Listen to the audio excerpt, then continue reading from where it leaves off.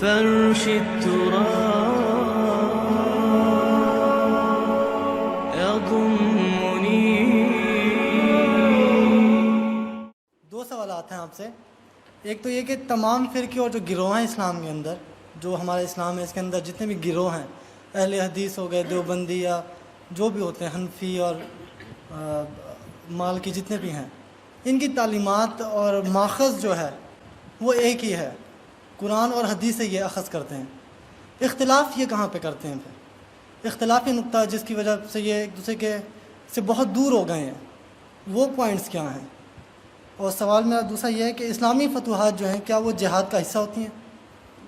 جہاد کا حصہ ہوتی ہیں اسلامی فتوحات جو ہیں، کیا وہ جہاد کا حصہ ہیں؟ اسلامی فتوحات، جی.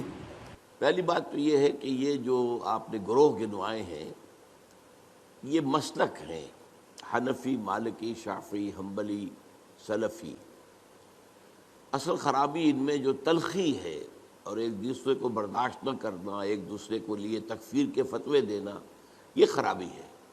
مسلکوں کے اختلاف میں کوئی خرابی نہیں ہے، اور یہ مسلکوں کا اختلاف بالکل سمجھ میں آ جاتا ہے کہ قرآن سے اور حدیث سے، سنت سے استنباط کرتے ہوئے ایک شخص ایک رائے نکالتا ہے، ایک شخص اسی سے دوسری رائے نکالتا ہے، اور یہ دونوں رائے ہوتی ہیں مبنی پر خلوص اور اخلاص. مثلا میں آپ کو ایک واقعہ سناتا ہوں. ہمارے ایک بزرگ تھے ڈاکٹر عثمانی مرحوم، ان کے نام سے وہ ایک جماعت بھی حزب اللہ موجود ہے، وہ ایک علیحدہ مسئلہ ہے. انہوں نے ایک دفعہ درس دیا اور اس میں نماز با جماعت کے التزام اور پابندی کے لیے زور دینے کے لیے انہوں نے وہ واقعہ بیان کیا کہ حضور صلی اللہ علیہ وسلم جب مرض وفات میں مبتلا تھے تو ظاہر بات ہے کہ چند نمازوں میں وہ مسجد نبوی میں نہیں آ سکے اپنی بیماری کی وجہ سے. جیسے ہی ذرا طبیعت بہتر ہوئی تو آپ آئے، اور آپ نے اس وقت سہارا لیا ہوا تھا حضرت عباس رضی اللہ تعالیٰ عنہ اور حضرت علی رضی اللہ تعالیٰ عنہ.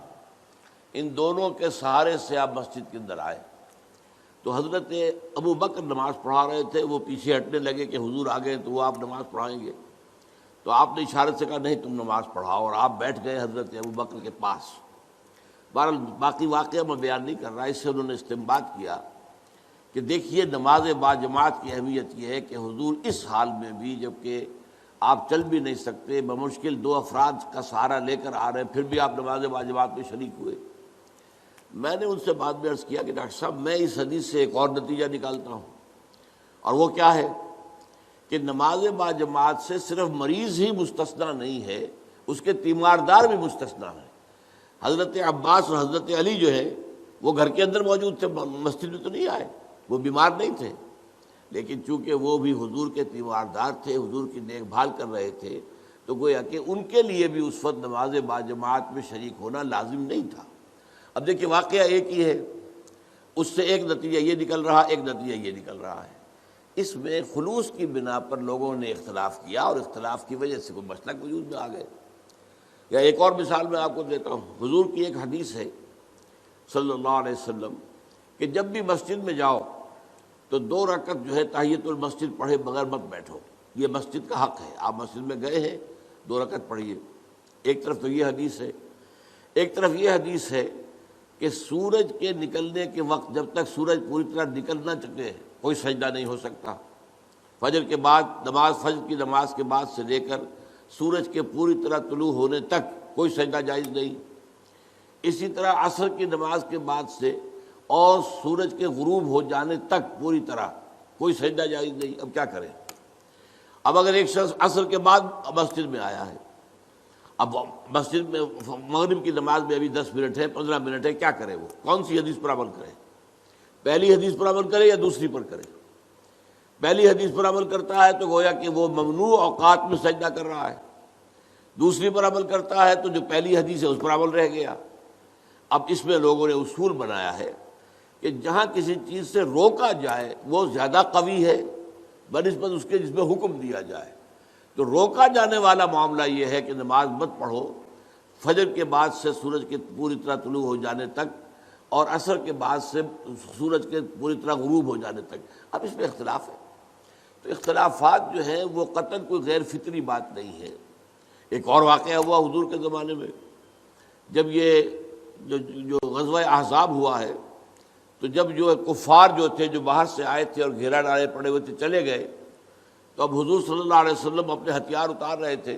حضرت جبرائیل آئے، آپ ہتھیار اتار رہے ہیں، ہم نے تو ابھی تک ہتھیار نہیں اتارے، بنو قریظہ کا معاملہ کرنا ہے. ابھی انہوں نے جو غداری کی اور عین جو ہے جنگ کے موقع کے اوپر عہد کی خلاف ورزی کی، انہیں سزا دینی ہے.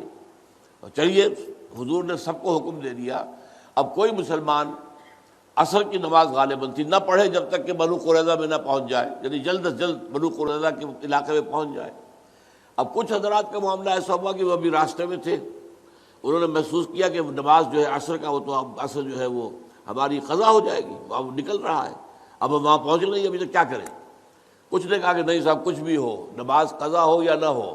حضور نے کہا نماز مت پڑھو جب تک بنو قریظہ کے علاقے میں نہ پہنچ جاؤ، تو ہم تو نماز نہیں پڑھیں گے. کچھ لوگوں نے کہا نہیں یہ تو حضور نے اصل میں جلدی کرنے کے لیے تاکید کر کہا تھا، ورنہ مراد یہ نہیں تھی. انہوں نے نماز پڑھ لی. اب کچھ لوگوں نے نماز پڑھ لی، کچھ نے نہیں پڑھی. حضور کے سامنے جا کر بات رکھی گئی، حضور نے فرمایا دونوں نے صحیح کیا، یعنی دونوں نے استنباط کیا ہے اپنے اپنے اصول سے اور اپنی یعنی ایک عقلی صلاحیت کو برسر کار لاتے ہوئے، تو دونوں کا معاملہ ٹھیک ہے. اس اعتبار سے اختلافات سے زیادہ پریشان نہیں ہونا چاہیے. ان اختلافات کے اندر جو تلخی پیدا ہو گئی ہے وہ اس وجہ سے ہے کہ ہم نے ایک مذہبی پیشہ بنا لیا اپنے ہاں. اسلام میں کوئی مذہبی پیشہ نہیں ہے. ہر شخص نماز پڑھا سکتا ہے، ہر شخص جو ہے اپنی بچی یا بچے کا نکاح پڑھا سکتا ہے، ہر شخص اپنے والد یا والدہ کی نماز جنازہ پڑھا سکتا ہے، کسی مولوی کی ضرورت نہیں ہے.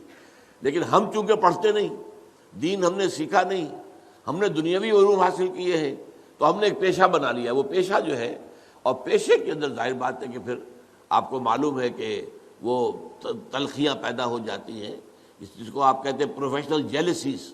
یہ پروفیشنل جیلسی از اے رول. تو اس وجہ سے زیادہ خرابی پیدا ہوئی ہے، ورنہ ان مسالک کے اندر کوئی خرابی نہیں ہے. یہ استنباط کے اختلافات ہیں اور خلوص کے ساتھ کیے گئے. اب فتوحات اصل میں دیکھنا یہ ہوگا کون کر رہا ہے، کس نیت سے کر رہا ہے. ایک فتوحات وہ ہیں جو خلافت راشدہ میں ہوئی ہیں. اب خلافت راشدہ میں تو جو خلفاء ہیں وہ کامل اسلام پر کاربند ہیں. وہ شہنشاہ تو نہیں ہیں، بادشاہ نہیں ہیں، انہوں نے محل نہیں بنائے ہیں، انہوں نے عیاشیاں نہیں کی ہیں. وہ تو صفوں پر بیٹھ کر اور یوں سمجھیے کہ زمین پر بیٹھ کر جو ہے وہ حکومت کا کام چلا رہے تھے. تو یقیناً وہ سارا جہاد اسلامی تھا، لازماً اسلامی تھا، لازماً اسلامی تھا. بعد میں وہ دور بھی آیا ہے، ایک بادشاہ ہے بھی شرابی اور زانی اور ہے بھی بہت ظالم، کوئی اسلام کے اوپر عمل بھی نہیں ہے مسلمان. وہ کسی ملک کو فتح کرنے کے لیے فوج کشی کرتا ہے، تو ظاہر بات ہے اس کا معاملہ جہاد فی سبیل اللہ کا نہیں ہے. یہ تو در حقیقت اپنی حکومت کو بڑھانے کے لیے وہ توسیع کے لیے کوشش کر رہا ہے. تو یہ سارا ڈیپینڈ کرے گا اس پر کہ ہے کون جو شخص یہ کام کر رہا ہے. خلفائے راشدین نے کیا تو خالص جہاد تھا، اس میں کوئی شک ہی نہیں. اس سے زیادہ پاک اور اس سے زیادہ صاف اور پیور اور جہاد فی سبیل اللہ کون سا ہوگا. لیکن یہ کہ بعد کے حالات جو ہے جو بہت خراب ہوئے، درمیان میں کچھ درمیانی حالات بھی ہیں، نسبتاً بہتر لوگ بھی تھے، انہوں نے بھی فتوحات کی ہیں. اب ان کا حکم بھی اب آپ چھوڑیے اللہ پر، ان کے جو نیتیں ہیں، اللہ تعالیٰ نیتوں کا جاننے والا ہے. تو بہرحال یہ میں نے دو انتہاؤں کا آپ کے سامنے ذکر کر دیا کہ ایک خلافت راشدہ کے دور میں فتوحات ہو رہی ہیں اور ایک بعد میں بہت دور میں جبکہ بادشاہت اور ملوکیت اور اس کی ساری گندگیاں آ چکی اور محل بن چکے، عیاشیاں شروع ہو چکی.